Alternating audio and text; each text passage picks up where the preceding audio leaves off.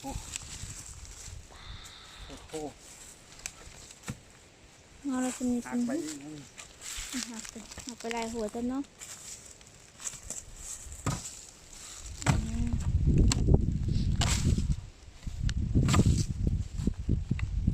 โอ้โหอีกทีคน โอ้ดาวลงเกิดคาดทำขานะมึงดูโอ้นี่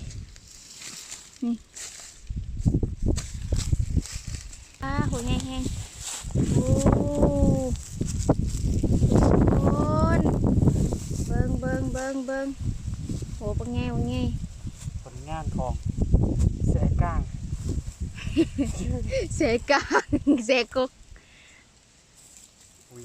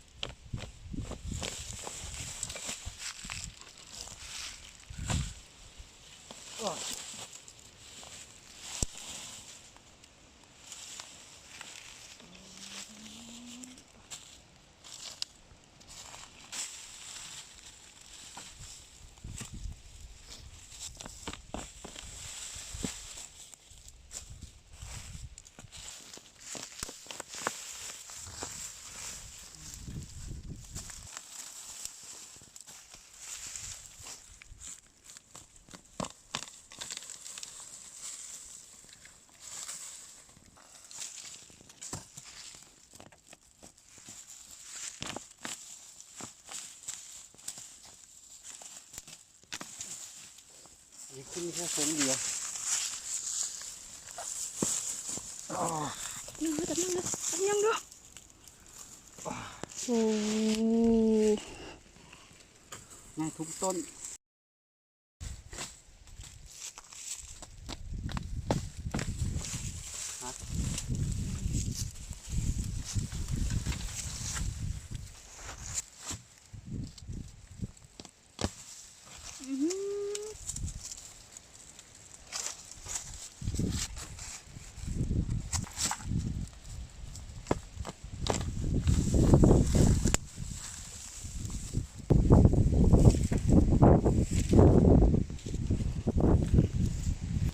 หาได้ทางนี้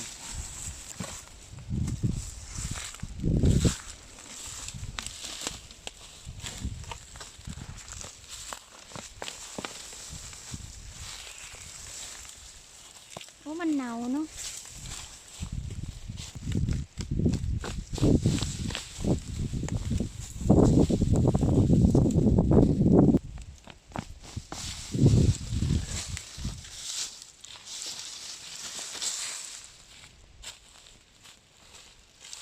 ตัวแบบนี้แบบนี้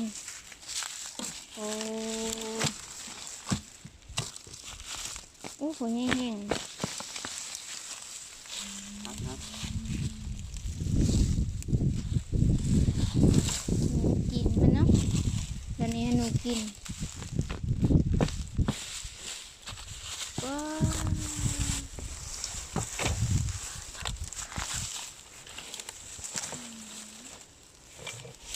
ธรรมชาติ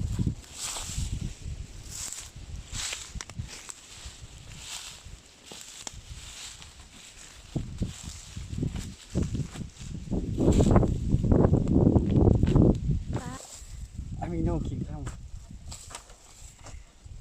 เงานี้โอ้อันนี้หนูกัดแม่ว้าวดิ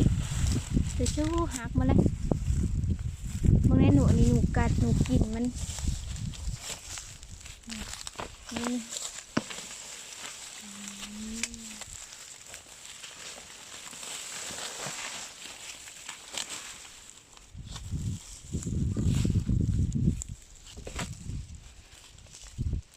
บึดบึดจังบึดเงาใหญ่แห้ง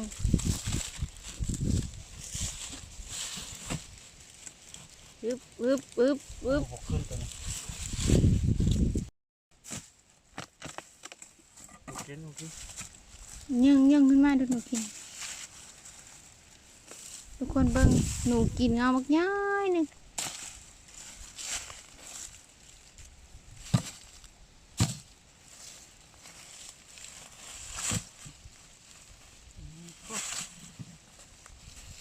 เบิ่งปอ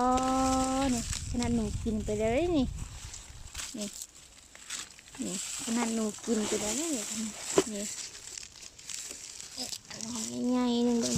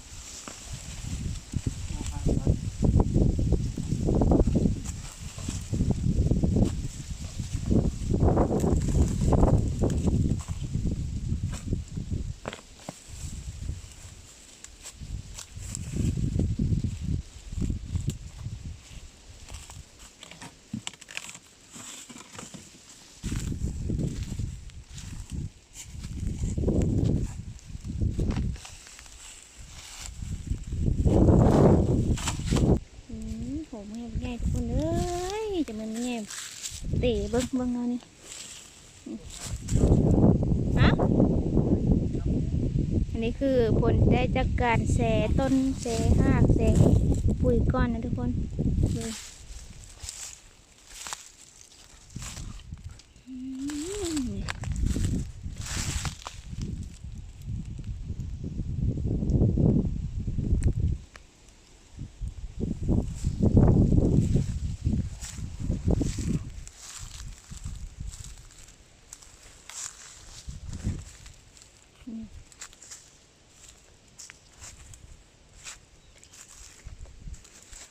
บักใหญ่บักใหญ่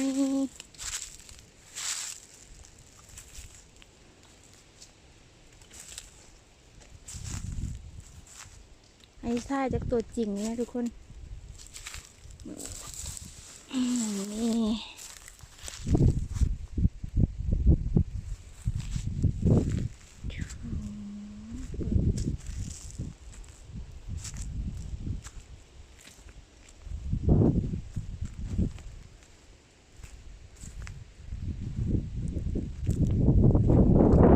มีแต่ว่ามันมีได้หัวใหญ่ทุกเงานี่ทุกคนหัวใหญ่สลับกัน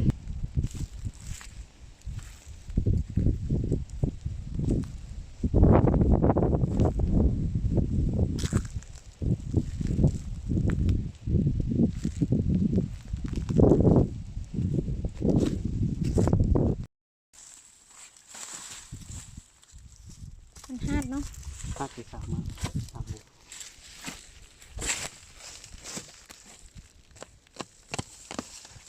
มันก็หาดโอ้ สองอันนั้นหมูเนี่ย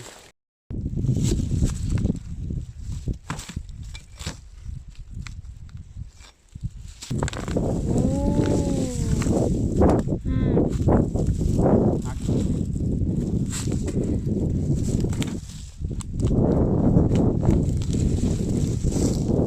ก็ได้มันลมนะนี่มันยังป้องเลย กิ นะ นหนูกินทุก นี่เด้อหนูกินตึงนี่ไปดู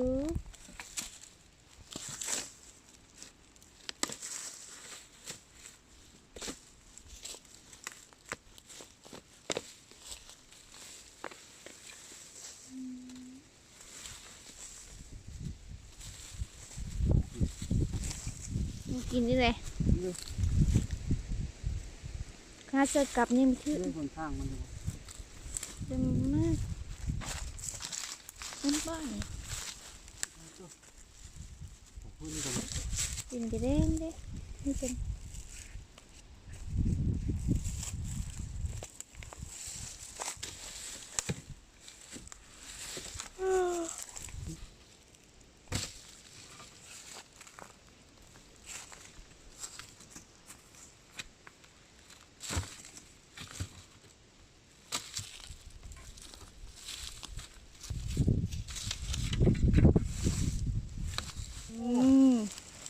นี่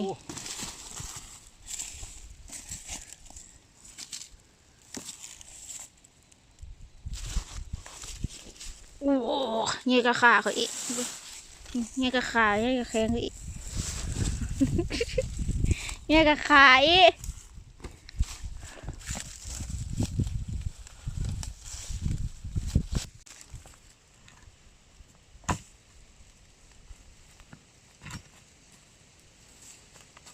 หัวใหญ่แล้วน่ะ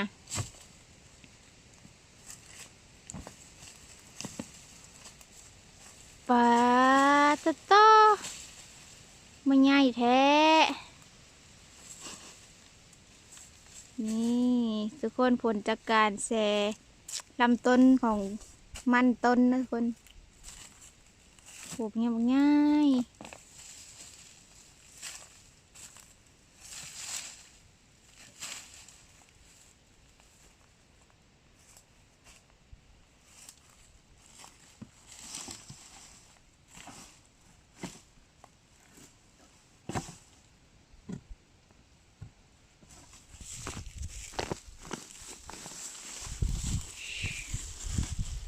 โอ้ยหนูกินไหมล่ะหนูกินหมดแล้ว ยังเหลือหน่อยนึง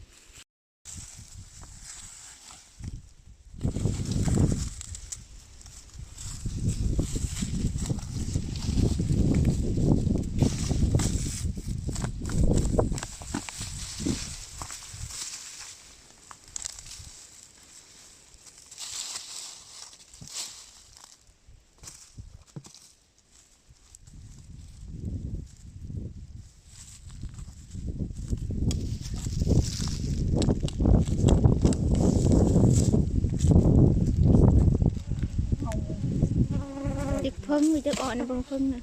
ฮะ เด็กเพิ่งเอา ให้ทุกต้นเลยมันหอมง่าย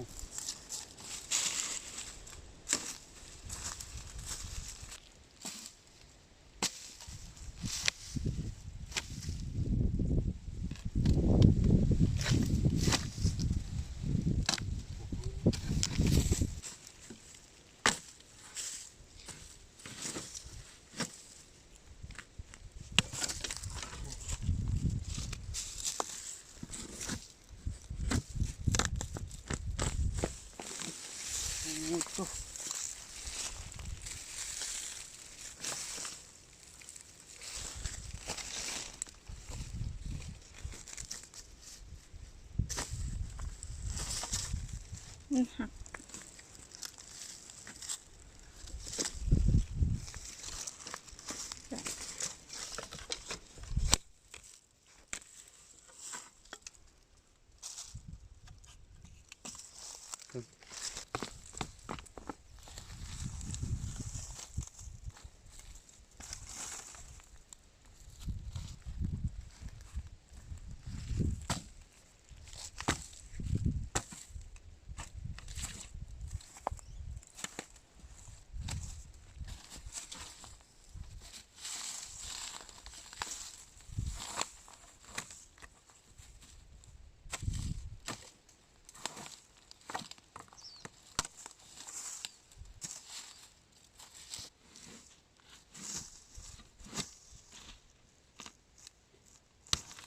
เราจะขึ้นแล้วเว้ย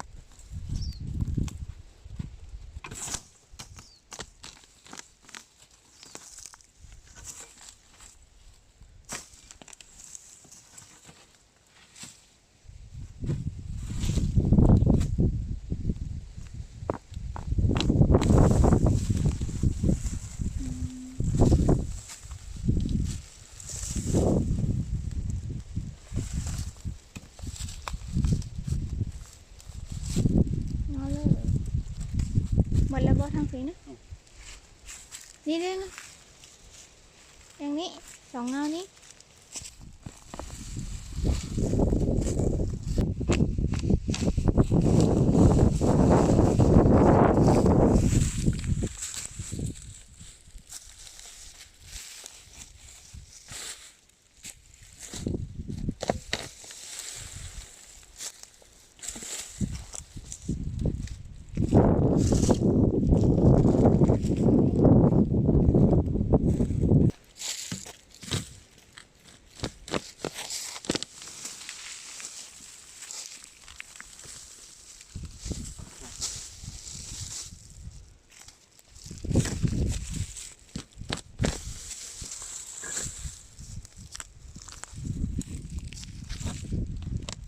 โอ้ตัวโหดเมื่อโคตรแล้วนี่ไม่ขึ้นโหดไงพวก